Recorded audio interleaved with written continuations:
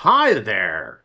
So, our second live stream, and this is Frosty Garden. I'm Jeff. This is Katie, my wife, and we are Frosty Garden. We're going to spend a couple minutes here just chit chatting and talking about things that aren't super important while we wait for folks to get in.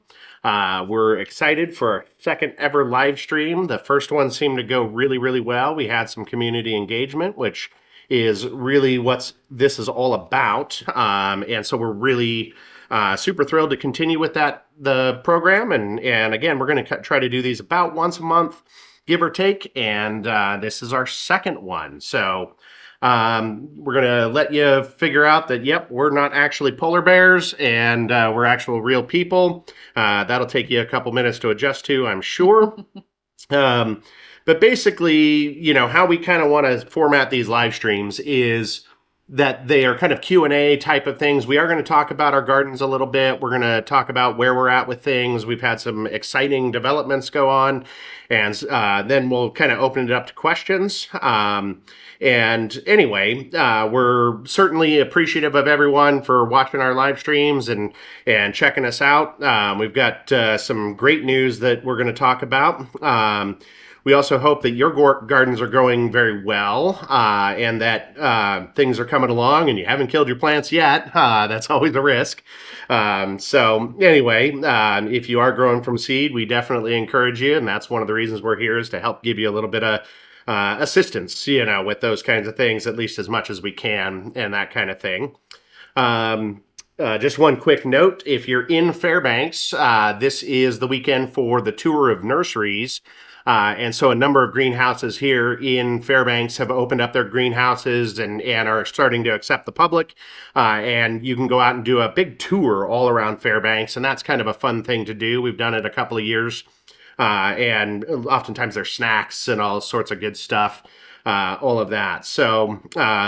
We were having some technical problems with our live stream just prior to this. We hope those don't translate through. We were having some internet problems or Facebook problems. We're not sure. If we do have any problems, do let us know in the chat. I'd be worried about us dropping out and that kind of stuff. But I think things have stabilized for now. I think, yeah, we've spent a couple minutes here just chit-chatting, so we'll do our official introduction here. I'm Jeff, this is Katie, my wife, and we are Frosty Garden. So this is live stream number 2 for us, and we are excited to be coming to you from our home here in Fairbanks, Alaska. We are hopeful that we are going to be installing an access point outside of our house so that we can do our live streams outdoors in the future because it makes sense for a gardening live stream to be in a garden, right? So we're hopeful to do that very soon, but right now our internet access isn't super great outside of our house.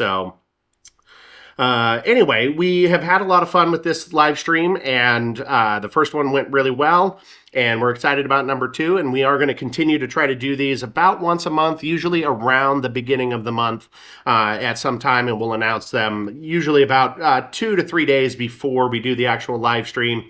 And that way you have a little bit of advance warning, and if you might want to schedule your time and make sure you're on Facebook at that time. Before we get started, how many do we have watching here? 3 viewers. 3 viewers. All right. So we're still in the early moments of the live stream. But if you wouldn't mind telling us where you're watching us from. We always like to know kind of where people are tuning in, if you will. And she's getting phone calls. Anyway, that's how this works. They're like, oh, you're live. Let's call. See what happens. Yeah. Put a comment in the chat. Tell us where you're watching us from because we love to know. We do see folks that visit us from all over. A lot of the contingent is from Alaska because obviously we focus and talk a lot about Alaska, but we get folks from all over. Sweden, Norway, Canada, Northern U.S., all of that kind of stuff. And so we are always interested in knowing where folks are watching from. So we got some responses here. Of course, my mom is from Montana. Shannon is joining us from Kenai. Cool. And Judy is joining us from the city and borough of Juneau. Excellent. Juneau's such a lovely place. And it's been a couple years since we've been there, but we always enjoy our trips when we go down there. And we're former Montanans, so hi, family from Montana. We appreciate you watching. So again, this live stream is primarily going to be geared towards like a Q&A. We want it to be interactive and that kind of thing. And we'll get to that here in a second, but be thinking about some questions you might want to ask us and have us talk about. We can really go anywhere in gardening. We have a lot of different experience. I've got about 25 years of experience. Katie is about 15. So we've been gardening and growing for a very long time. We've done everything from greenhouses, outdoors, primarily cold climate stuff. That's what we specialize in. We've been doing that for a very long time and we enjoy it. But think about some questions you might want to ask us, any burning things you want to know the answers to, or things maybe that have confused you. Maybe you're a new gardener and you're just trying to figure all this stuff out. There are no dumb questions in our book. We've been there. We were one time, growing for the very first year and had to figure all this stuff out. And we know how challenging it is. And that's one of the reasons we're trying to be good mentors for everyone, is because we know that learning curve is somewhat steep. So, and we want to try to help you. So another thing that we want to know is, what kind of gardener are you? So are you primarily an annual gardener? Are you a perennial gardener? Do you do a little bit of both? Maybe do you grow indoors? Maybe only flowers, that kind of thing. Are you an armchair gardener? Maybe you're interested in gardening, but you don't actually practice it. We're kind of curious, like what kind of gardening you do in your location and what you're up to. So if you wouldn't mind telling us in the chat, that would be really neat for us to find out what kind of gardening you do. So, and that helps us develop content and all of that kind of stuff. So, we wanted to give you an update on our recent announcement of our YouTube channel. So again, if you're just tuning in, we started a YouTube channel probably about 7-8 years ago when we started Frosty Garden, but we hadn't been using it for content. And we recently started doing this actually in early April. We decided that we wanted to start doing video content with these live streams and also other types of video content. That's where a lot of folks are, and we like consuming video content. And so that's kind of one of the reasons we're going into it. And we've had a tremendous start with it for a brand new channel. So again, we're a little bit under a month, and we've already had 1,000 views of our videos. We already had what I would call a viral video go off, where we had one video get 600 views, which is incredible because we don't even have 40 some odd subscribers at this point, which that's really encouraging and really is inspiring us to make more content. And we've got some good ideas for this season that we want to do.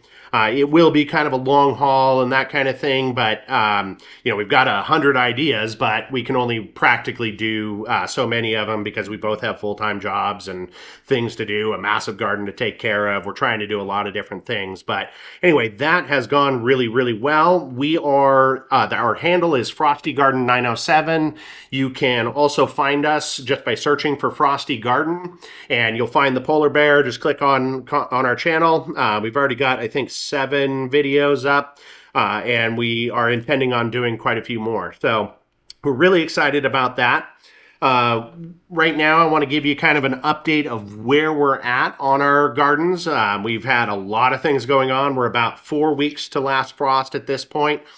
We still have 4 or 5 feet of snow outside, but we're anticipating that will melt. It's got to go sometime. So we are almost entirely done with our seeding this year. So usually our last sowing indoors is about 4 weeks to last frost. So this weekend we're going to be sowing our cucumbers and our fastest growing flowers.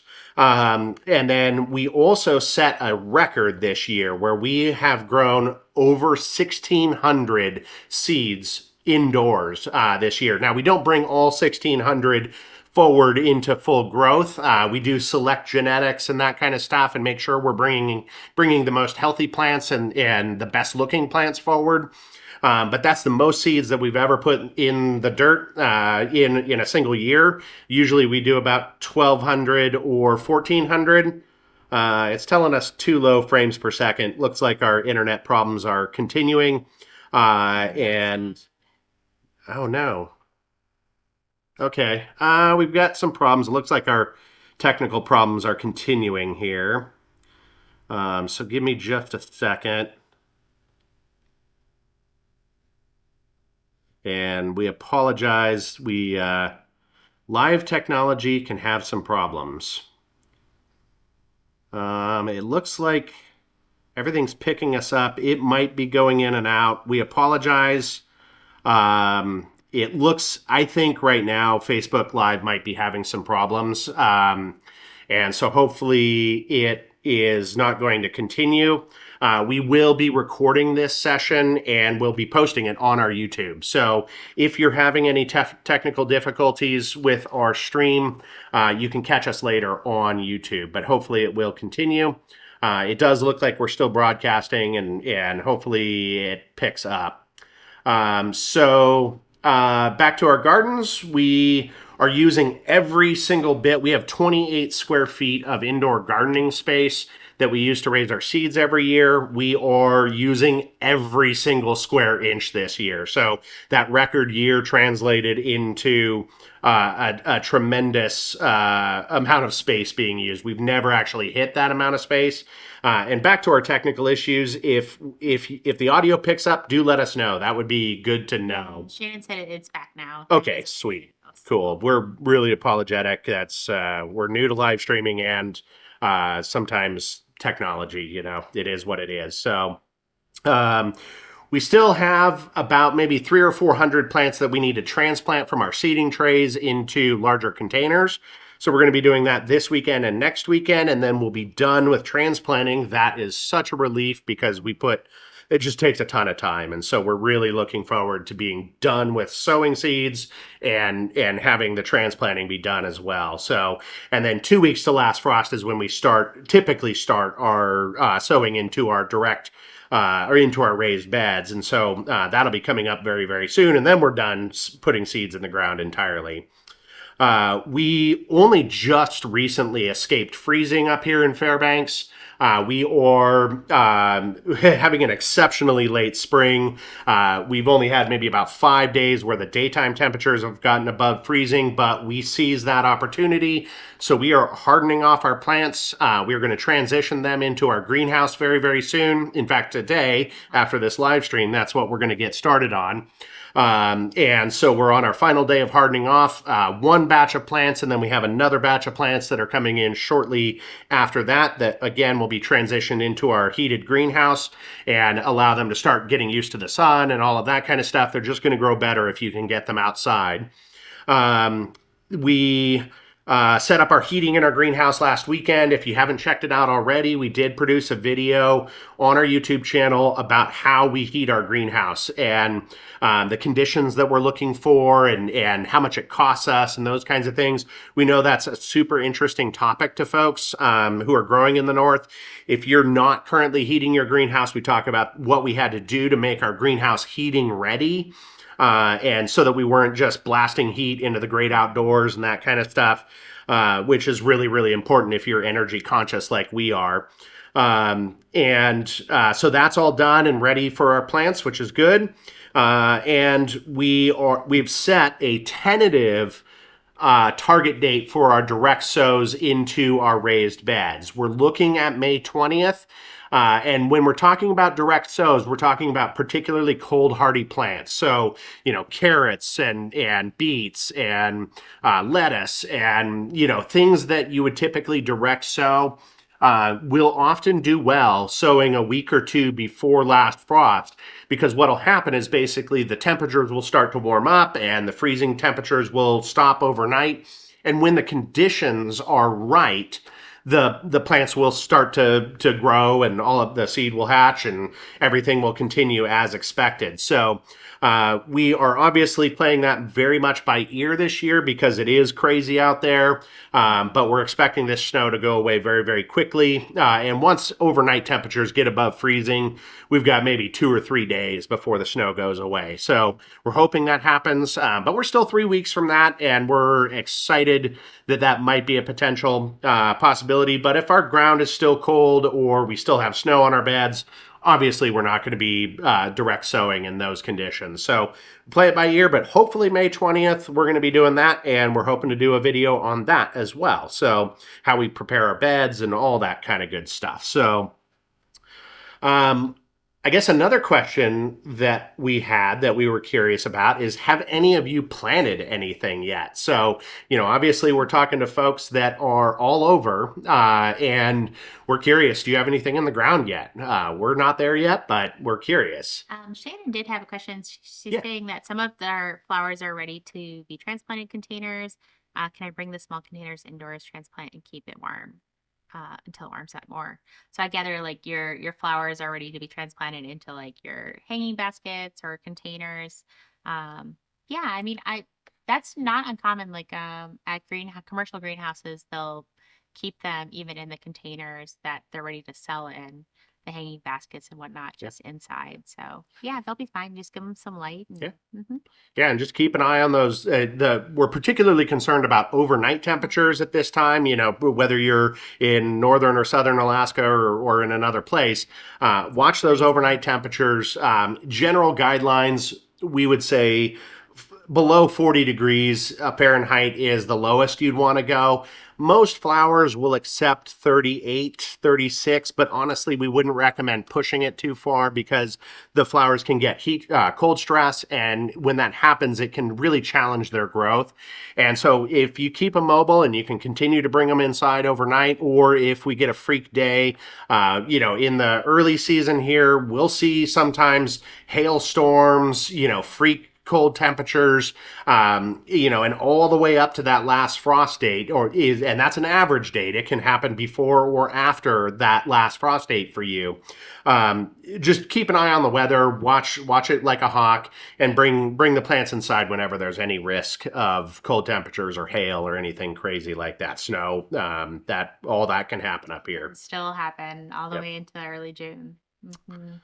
So, we one more update here. So we are again experimenting with corn this year. We started that project last year, and we're continuing it this year. We had great success with our corn last year. That was awesome.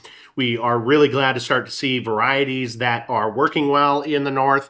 We're growing at about 65 degrees north here. And the cafe variety that we found did exceptional. Now, it's not your traditional corn like you would buy in a grocery store. It's maybe about a half an ear's length. So it's really small, but it did exceptional. And last year we were able to make a delicious corn roasted corn salsa that has been wonderful. So we are going to continue to do that. We're expanding our corn crop.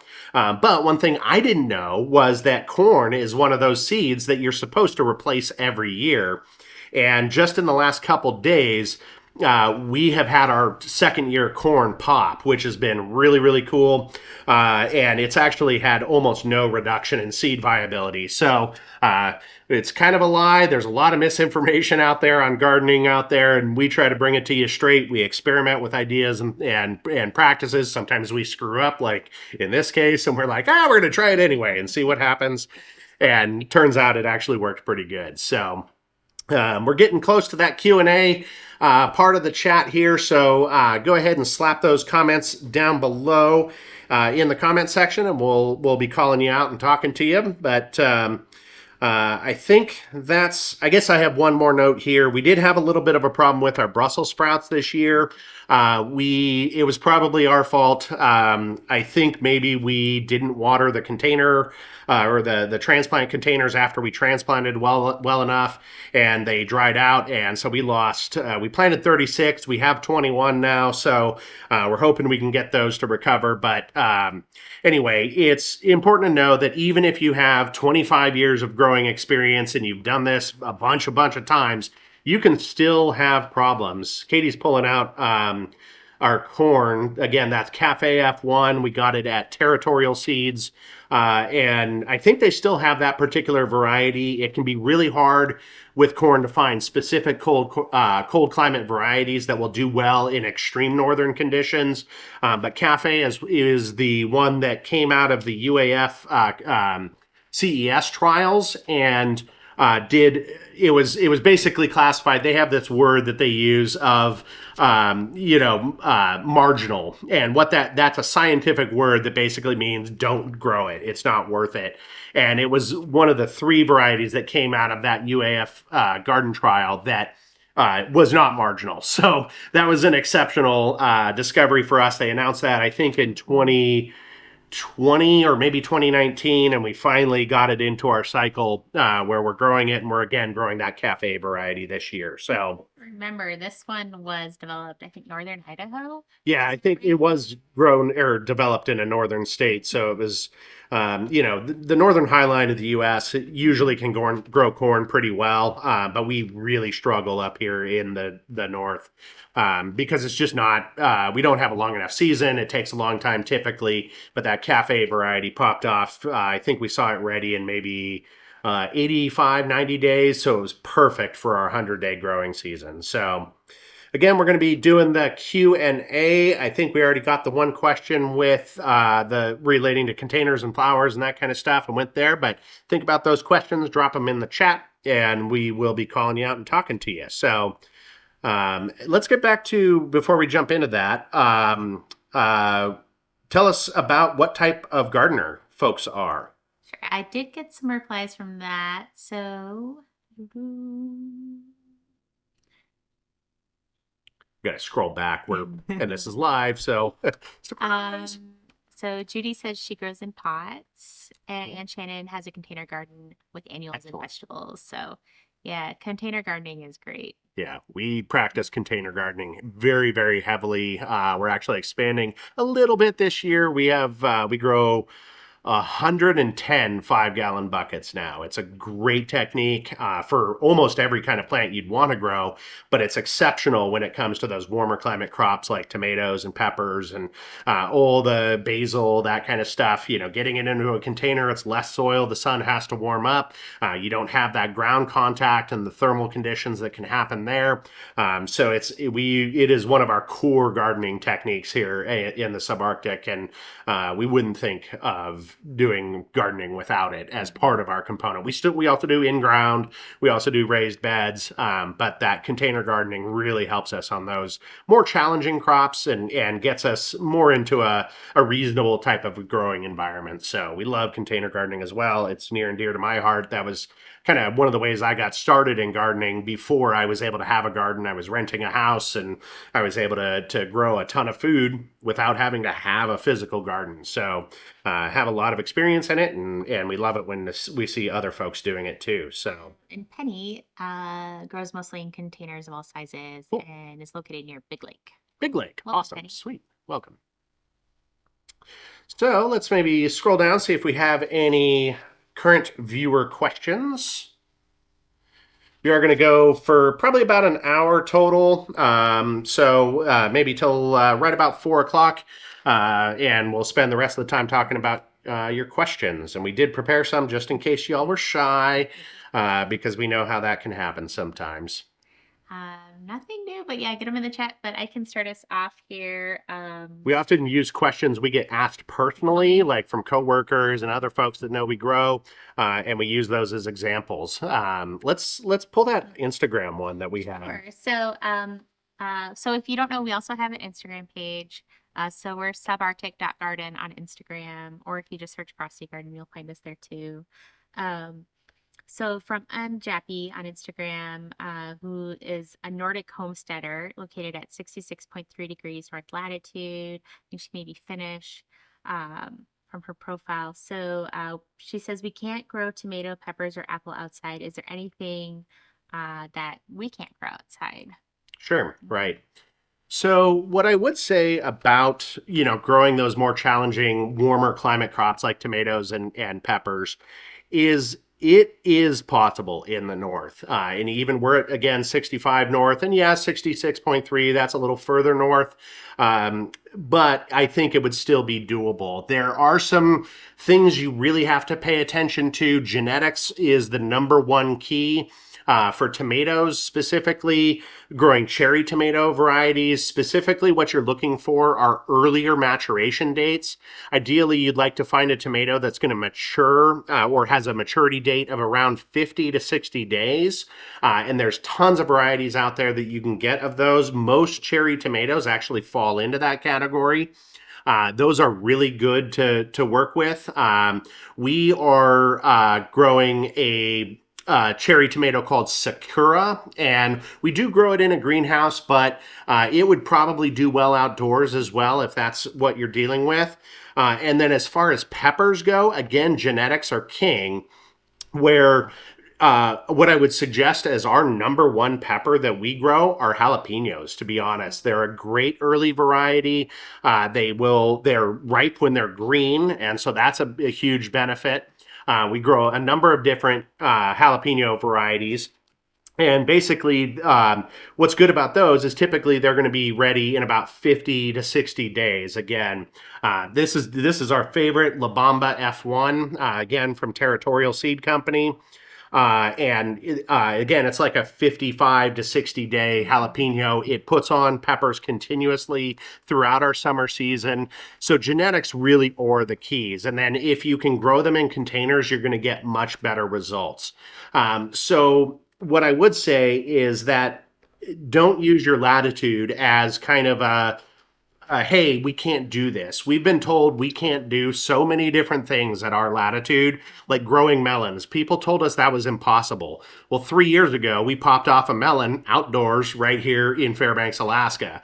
And we're doing it. We did it last year, and we're going to do it again this year. And we're actually changing to a different variety this year. That's a secret, so we're not going to tell you what it is yet. We also don't know if it's going to work, too. So that's kind of how this goes. Share our failures too. Yeah, we always share our failures because one, it keeps us humble, and two, we think especially for new gardeners, it's really important for people to realize that even experienced growers have problems. That sometimes, hey, stuff just gets off, and you can't recover, and your plants die, or you have significant challenges, and that's really important for us to communicate because it helps inspire newer gardeners and get past that initial growing hurdle and to keep trying, because that's what I think is most important, is that you keep trying at it because you do get better and better at it every year. I think on the question about apples, Yeah, yeah, so there is some success, at least in the Fairbanks area, of people doing grafting.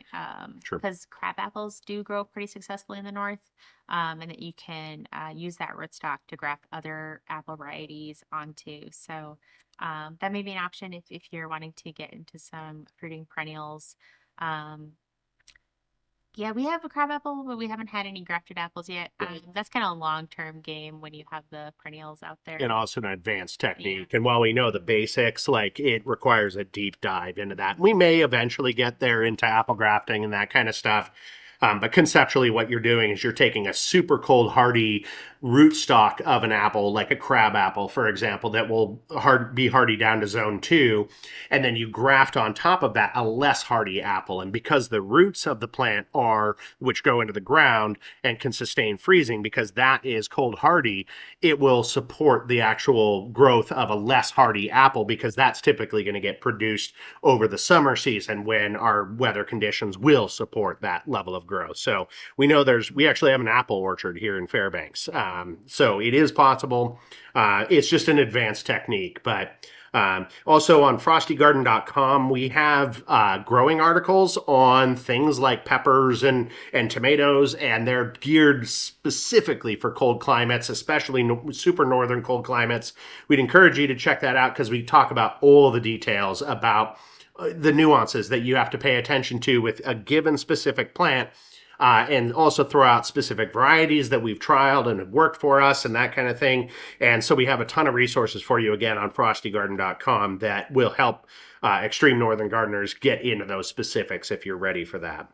I got some questions coming in. Wonderful. Yeah, so Penny is asking, do you harden off tomatoes and peppers going into a portable greenhouse? We do, yes. It doesn't matter whether you're going outdoors or into a greenhouse, you always harden off your plants. Hardening off is about acclimating your plants to the sun.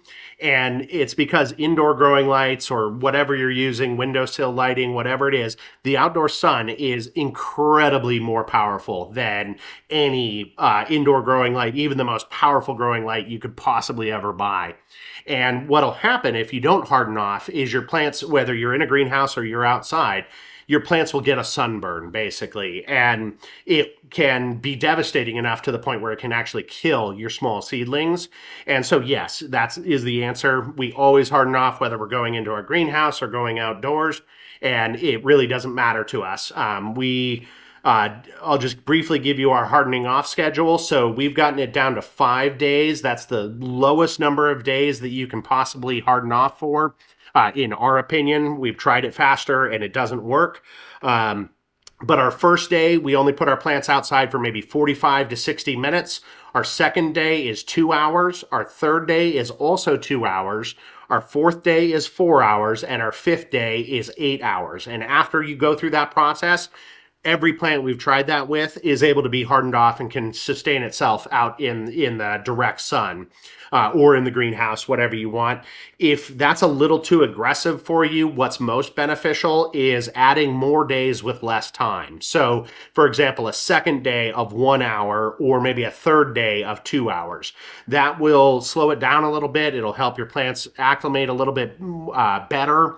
But we try to roll pretty hard and fast here at Frosty Garden, and so we go as quick as we possibly can. And 5 days was the minimum that we found. Any faster than that, you start to get sunburn. And what's most important in that schedule are the short days.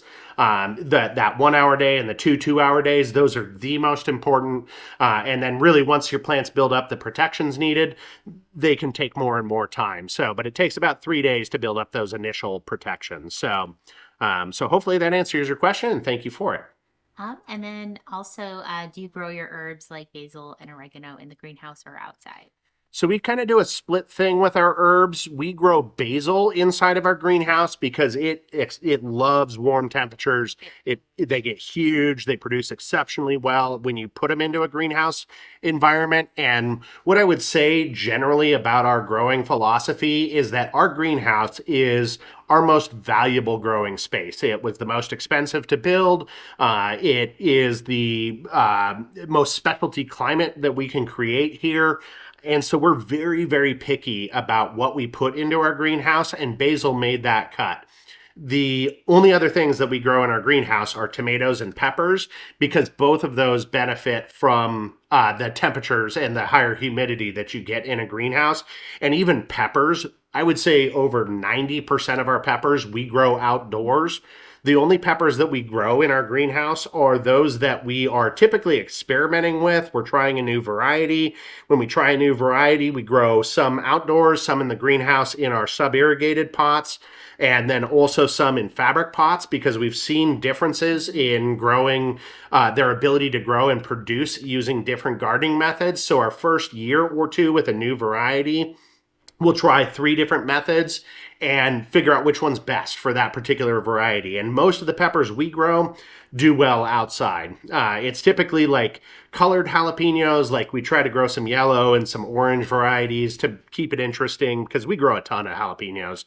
And when you grow that many jalapenos, you kind of need variety of some degree. So that's why we do it. But then we also do occasionally just a crazy thing. Like this year, we're trying a super early habanero, which we're really excited about. That again is going to get that trial phase. We're going to see how it does outdoors. We're going to see how it does in the greenhouse in sub-irrigated pots and also fabric pots. And then we kind of know what to do with that from in future years. So hopefully that answers the question, and we appreciate it. And for oregano, we've typically grown that just outside. Yeah. We have our herbs near our kitchen door, so you can just easily go snip off what you need. Oregano is, of course, prone to early flowering for us. So it's kind of one of those we'll grow periodically. It's really nice to have fresh oregano, but sometimes we'll just harvest. We'll pick a year, we'll grow a bunch, cut it, dry it, and then we have our dried oregano for a while. Yeah.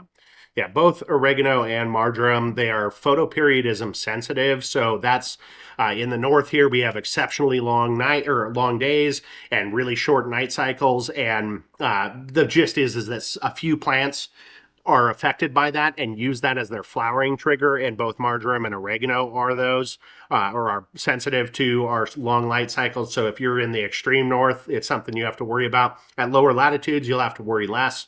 But yeah, I would say other than basil, we grow everything else outdoors and get exceptional results. They do particularly well in containers. So if you can promote those warmer soils that you get in containers for your herbs, you're going to get a little bit better results. So we do recommend that. Um, and yeah, thank you. Yeah, and just one little added thing, oregano flowers are quite lovely. They have a wonderful scent, and if you are into soap making, or you can add them to like a herb vinegar, things of that nature. So even if they do bloom out on you, it's not the end of the world. You Yep. can still have some utility with them.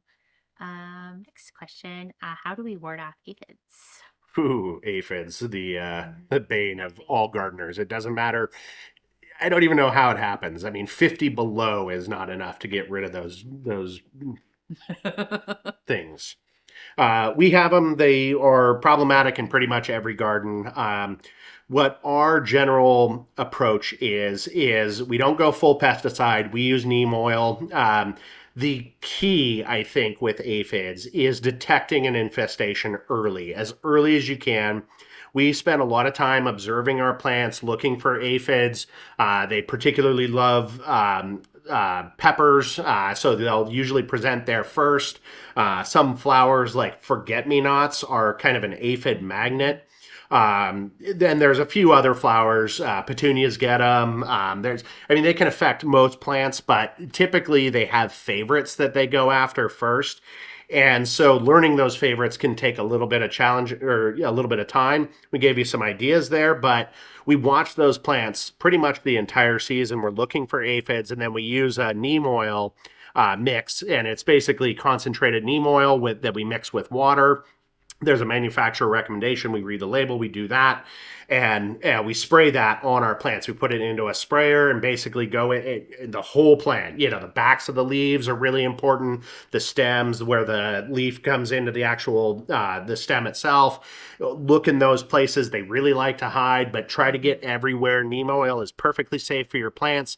It's not necessarily food safe.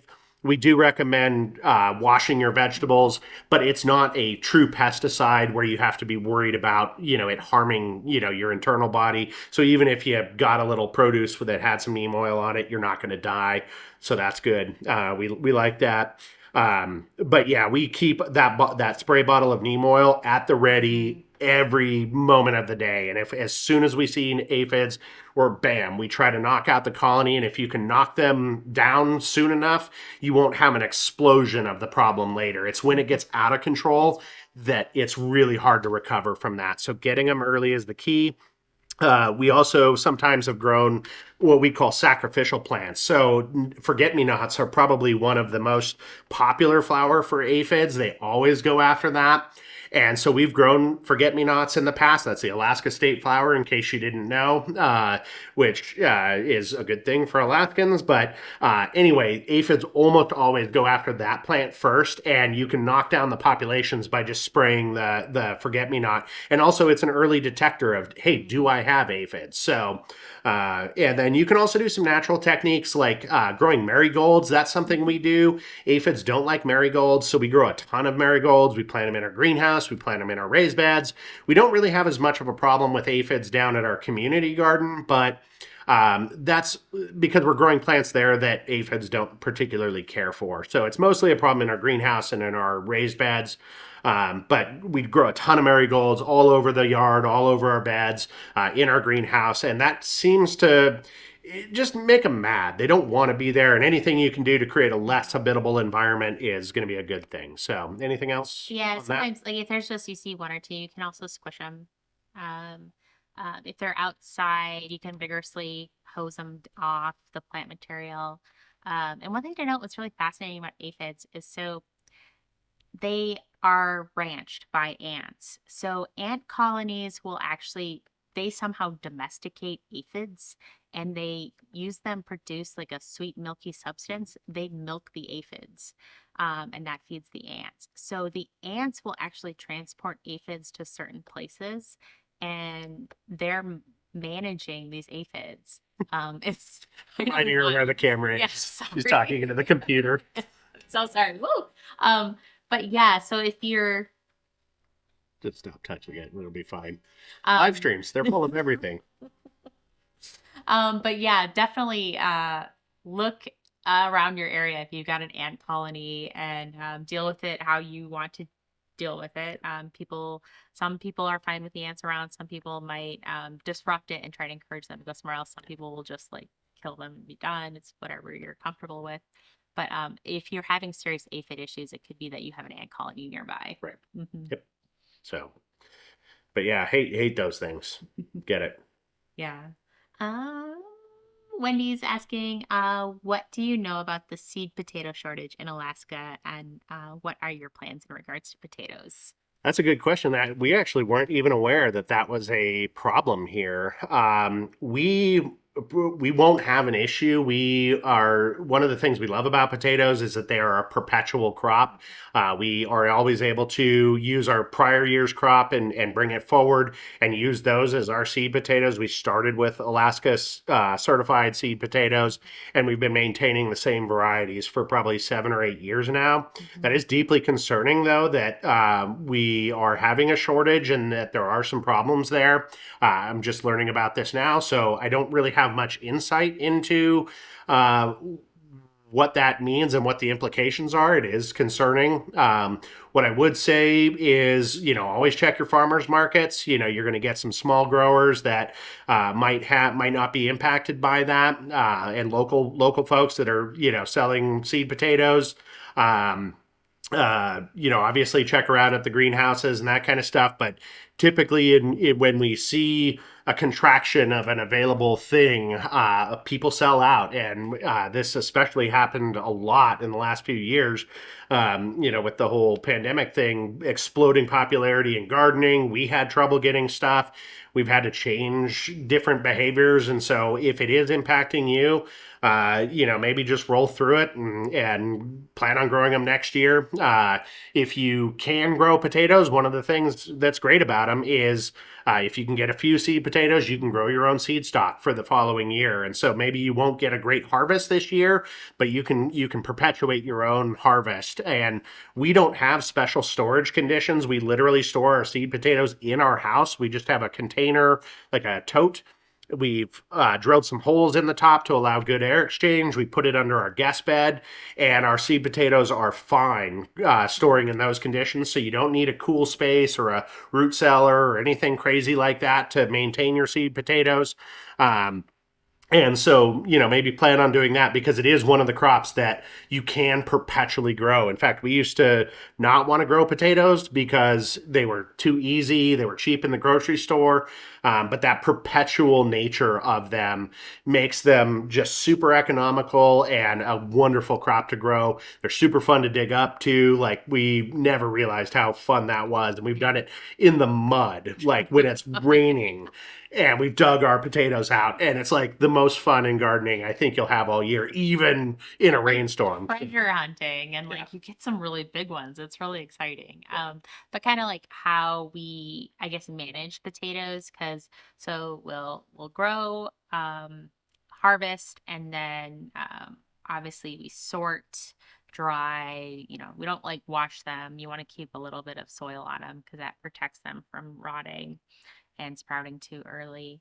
But they get stored, and then I kind of sort them by size in the storage container. So large, medium, and small. And we'll eat the small ones first. And then that way, the genetics, I'm hoping to cultivate potatoes that like to grow large potatoes. And so that's kind of what we've done over the years. So I always keep in mind that I'm going to be saving so many. And so we probably save out of our harvest maybe 10 to 15% for our seed stock for the Yep. next year. Yep. Hmm. And usually more than we need, just in case. Hmm. So, and if we do hear local folks that are having troubles acquiring seed potatoes, we usually have some Yeah. extras. And most people who focus on potatoes tend to have some extras. We plan for failures and issues, and so we'll certainly make sure we've got our ear to the ground. And if we hear of any problems, we're certainly willing to give what we don't use. So. Another question Bert is asking, can partially composted vegetables be added to a raised bed? It could theoretically. It will continue. Anything, any organics that you add to the soil will continue to break down and compost. In general, we wouldn't recommend it because it can attract animals and that kind of stuff. Anytime you've put food in a readily available space, it can attract animals, be it voles or moles if you're in the lower 48. Dogs, anyone who is attracted to scent that could put off, undesirable attractant. So we generally would recommend fully composting your vegetables prior to adding them. Plus, a vegetable that hasn't been composted has zero nutritional value. It's not until it breaks down and then it actually breaks down into the elements that it's going to create nitrogen, phosphorus, potassium, and micronutrients, which happens during the composting process, that is going to be readily available to the plant at all. So it's probably asking more for troubles and not much benefit to your plants. We do recommend rotating your compost on a semi-regular basis. You don't have to go crazy. We use like an annual process. We do a lot of compost here. And so we are, I guess, enjoy the benefit of having a lot and 4 different bins that are all over 200 gallons each. And so we're not in a hurry to get more compost usually. But anyway, you can once you rotate, if you filter out your existing compost, you can take everything that hasn't yet composted and throw it back into the pile. It'll be nice and mixed up. It's going to compost really quickly that way. And as long as you have studied the importance of carbon and nitrogen sources, that you want about 80% carbon, about 20% nitrogen as your fuel sources for compost, you can get good hot composting, which will compost things in usually weeks to maybe a couple of months. So you can eliminate all your nitrogen sources quite easily that way. We do have a post on our website, frostygarden.com, that covers how we do our composting. We compost with wood chips. That was our most readily available carbon source, and that allows us to process huge amounts of nitrogen over the growing season. So anyway, if you're interested more in our thoughts on composting, we encourage you to check out that article because it is very comprehensive and also very focused on how northern gardeners might want to approach composting, because carbon sources are really sometimes challenging, and we don't often have the huge leaves that you have in the lower 48, like with maple trees and that kind of stuff, where you've just got 11 billion gallons of leaves in the fall. So we don't often have that. So we've come up with other carbon sources. So check it out if you're interested. What are sub-irrigated pots? Good question. So we get this question a lot. You're going to start to see it probably in our social media posts and on our website here in about a month or so. That's when we go into our container gardening. And so we'll be talking about them more and describing them more. But basically, sub-irrigation is a way of growing. It's typically in a container, and instead of watering on top, what happens is there's a reservoir under the container.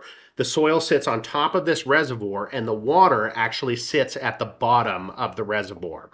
And what's key about it is 2 things. One, there is contact between the soil and the water. And what that causes is basically the water will wick into the soil, and it will create a nice, moist, and constant moisture contact environment in your soil. So that water reservoir will constantly be bubbling up. And then another key thing in sub-irrigated buckets is there is a, excuse me, there's a drain hole, and what that prevents is rainwater and additional water that does come in via the top. It doesn't just fill up the top of the buckets or up to the top of the bucket and potentially drown your plant.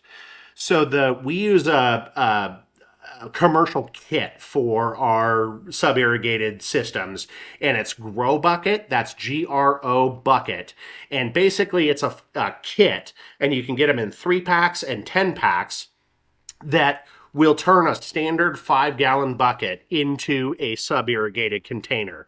And essentially, it's this plastic insert that goes in the very bottom of the bucket. Then there's a piece of PVC pipe that connects into that insert. So that's how you get water down into the bottom of the bucket. And it is an incredible growing technique. It allows you to basically, if you're a new gardener and you're struggling with how do I water my gardens and that kind of stuff, it takes all that complexity because essentially when you use sub-irrigated systems, it handles all that moisture level for you. It always has the perfect amount of moisture. So it eliminates all sorts of watering challenges, and it's also really just good, especially in northern environments, because the containers don't get super duper hot like they would in maybe desert climates and that kind of stuff. And it eliminates those drought conditions. So one of the problems with container gardens is twofold, is that one, they will dry out very quickly. Once your plants get mature, they can rip through any water that's in the container very, very quickly. And having a reservoir that has maybe a gallon of water slows that process down. The reason we went to sub-irrigated containers is our homestead here is actually off the water grid. So we don't have pipes coming from the city or anything like that that provide us infinite water. We have a holding tank, and so our water is extremely limited. And also because it's trucked to our home, it's very, very expensive. And we ideally didn't want to use that as much as possible for our gardening, and we instead rely on rainwater catchment.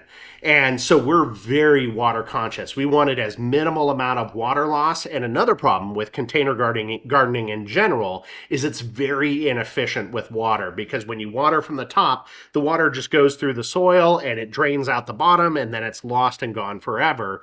And we basically did some math and figured out, like, oh my goodness, this is going to cost us thousands of dollars over the years if we don't change our method. And so we did some research. We found that grow bucket solution. Hydroponics is another good solution you can use for water conservation. Also, drip irrigation is better than just, a spray hose and that kind of stuff, because it slows down the application of the water. And so therefore it allows the soil a bit more of a chance to absorb the water as opposed to it just draining through.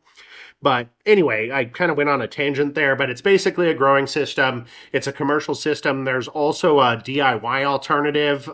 There's a guy down in Wasilla. I'm forgetting his name at the moment, but he created what's called the Alaska Grow Bucket, and that's GROW, Grow Bucket. And it's an identical kind of system, but it's using DIY stuff. So he uses a fabric shopping bag and a colander and 2 buckets to achieve the same kind of result. And we've seen some folks who are doing at scale growing using the Alaska Grow Bucket method. But it's the same exact concept, and it's a huge benefit, especially if you're a busy gardener like us. You're trying to do more with less. It holds, or it keeps you from applying a lot of labor with watering your garden. So both those techniques work. When we looked at both, we basically figured out the kits from Grow Bucket were basically the same cost as the DIY approach.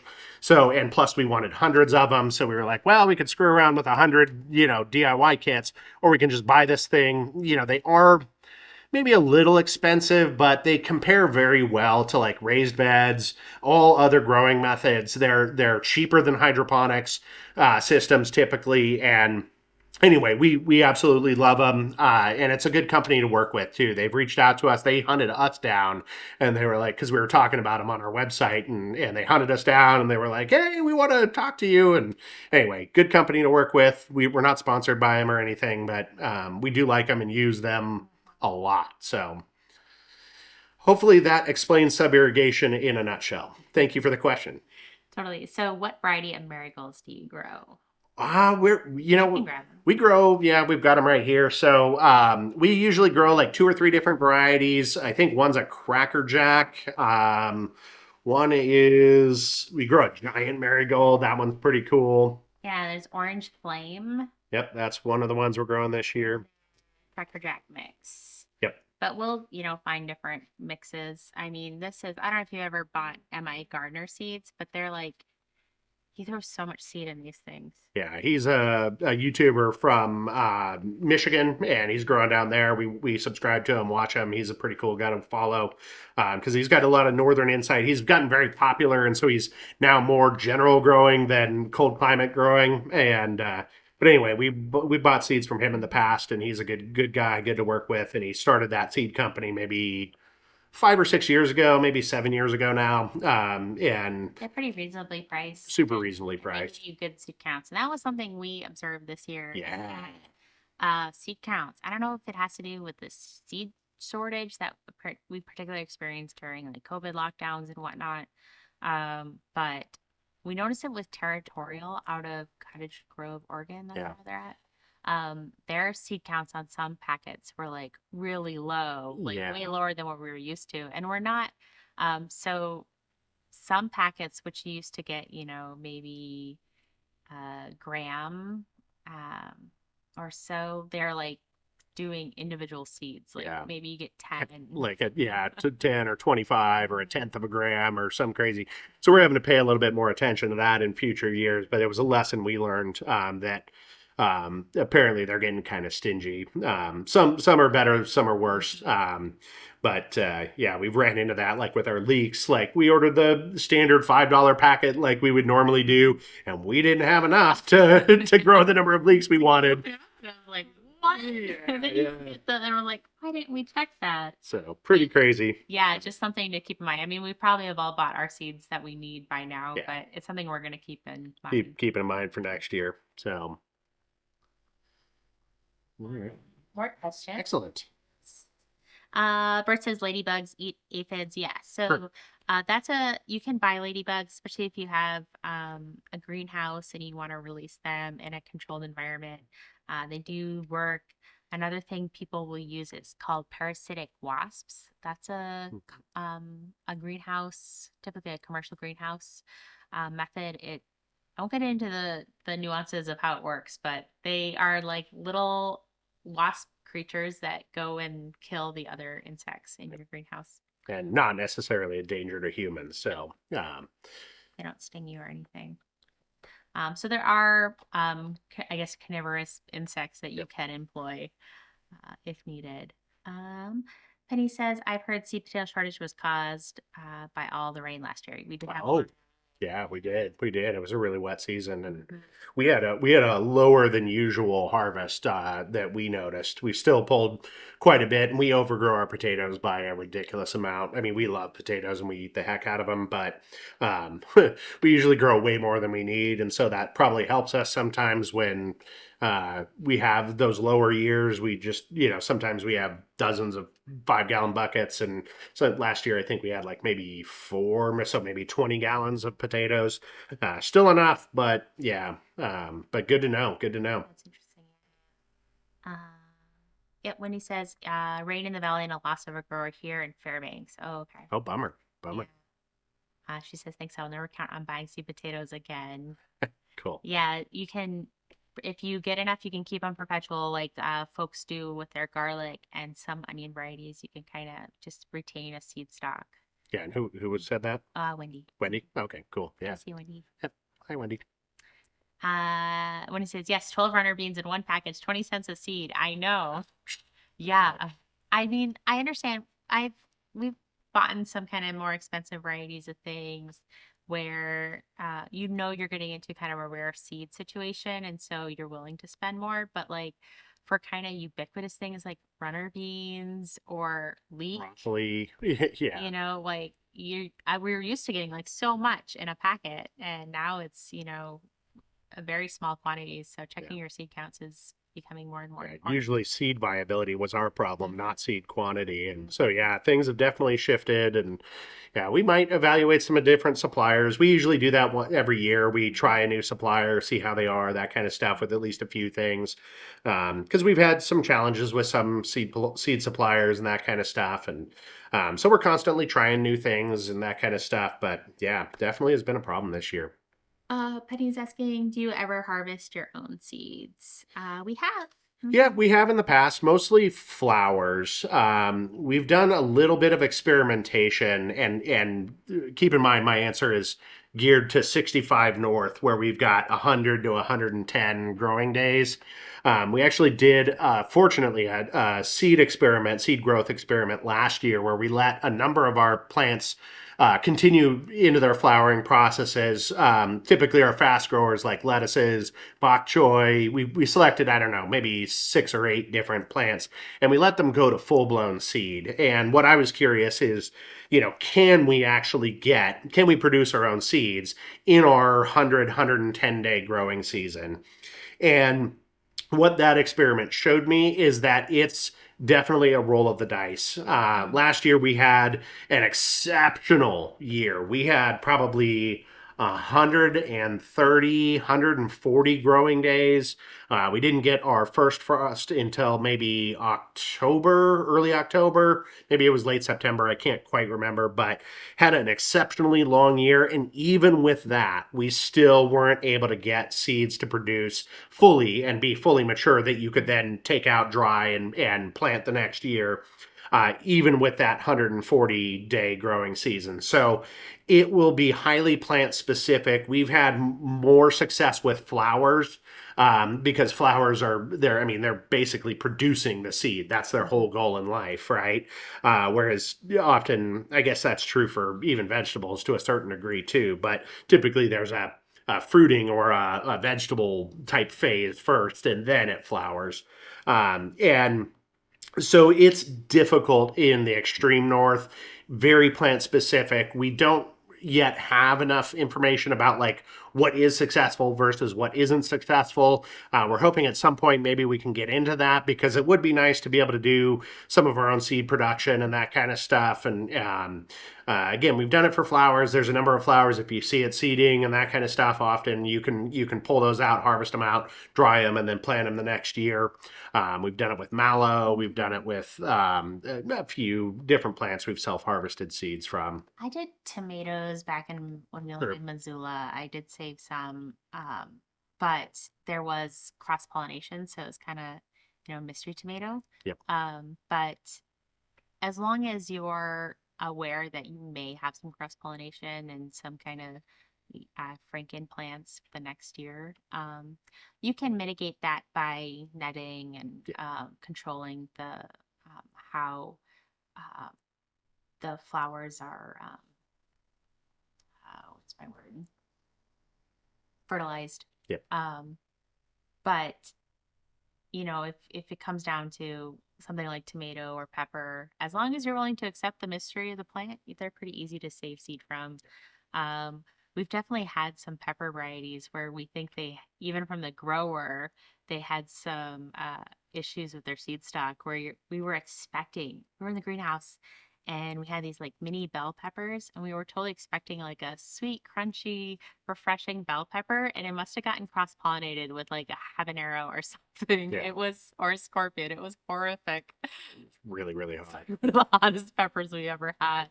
And it was supposed to be a bell pepper, so we were, kind of gun shy about Yeah, that one. stuff happens. And actually, all of those internally seeding fruit, tomatoes, cucumbers, peppers, those will successfully seed. Obviously, the seed grows inside the fruit, and you can harvest those out and dry those. And so you can do those things up here, even this far north. But more traditional flowering techniques or issues where the plant actually flowers, produces seeds on the flower. That's what's really challenging here. So yeah, we are running out of time here. Do we have any quick questions? We don't want to just cut you off and be like, we're done. We do enjoy these. These have been a lot of fun. So Wendy's asking, have you ever tried to store a biennial and replant for seed production? we've done a little bit, but not a ton. I mean, mostly, I don't know biennial specifically, but I really don't see. You could do an onion that way, I guess. Yeah, you Like, could do an onion that way. In fact, last year we did some experimentations with our green onions. We kind of let them go crazy and just we didn't use them in time, so we let them get to full size. They were massive green onions. And then we actually brought those inside and we put them into a container with rocks and water, let them grow out and that kind of stuff. But in theory, there's nothing wrong with that concept. As long as you can provide an area that's acceptable over the winter to overwinter the plant and is going to stick within the hardiness abilities of that particular biennial. It's just like a perennial, right? Other than you're talking 2 years as opposed to some number of years. And so as long as you can maintain that good environment and you don't exceed the flower or plant's hardiness capabilities and you can maintain that environment, I don't really see any problems with it. Maybe some supplemental light a little bit. Let's try to simulate winter as much as possible. Some plants, are going to require a little bit cooler temperatures. And if you try to bring them indoors to room temperature, they're not going to do well because they're expecting some kind of thrust down into colder temperatures. Others, obviously are much less hardy, and so they need to be kept above freezing and that kind of stuff. So I don't see anything wrong with the theory. We've done it with some perennials, quite a few perennials, but not as much with biennials. So, but the theory is the same. So, And I think that's everyone's cool. question. That we Excellent. Excellent. Well, we appreciate y'all joining us and thank you for making our second live stream another interesting thing. And we always enjoy being out here for you. We thank you for watching. Again, we hope you can check us out on YouTube and watch our videos there. We're also on Facebook and Instagram. And we appreciate all the things. Obviously, you know about Facebook because you're watching this on Facebook, but you might be seeing it on YouTube later. So our next live stream is... again, we're trying for the end of the month or the beginning of the month. That's going to be a problem for us next month because that's our primary planting time. So we are probably going to shift it to after we get done planting. So maybe look for early June, maybe June 5th, June 10th, somewhere in there, after we've gotten everything done, because it's a huge amount of work for us. We grow a pretty big garden or multiple gardens, and they're all pretty big. But then we can kind of cover some of those early season concerns and things that we really need to be paying attention to in the early season, because that's also a point where some newer gardeners can have problems and that kind of stuff. Is once we go in the ground, there's things you got to be thinking about, and we'll be talking about them on our social media channels and all that kind of stuff too. So anyway, we're going to get off, and we appreciate you watching, and thank you again for making our second live stream a success. So we appreciate you, and we'll see you next month.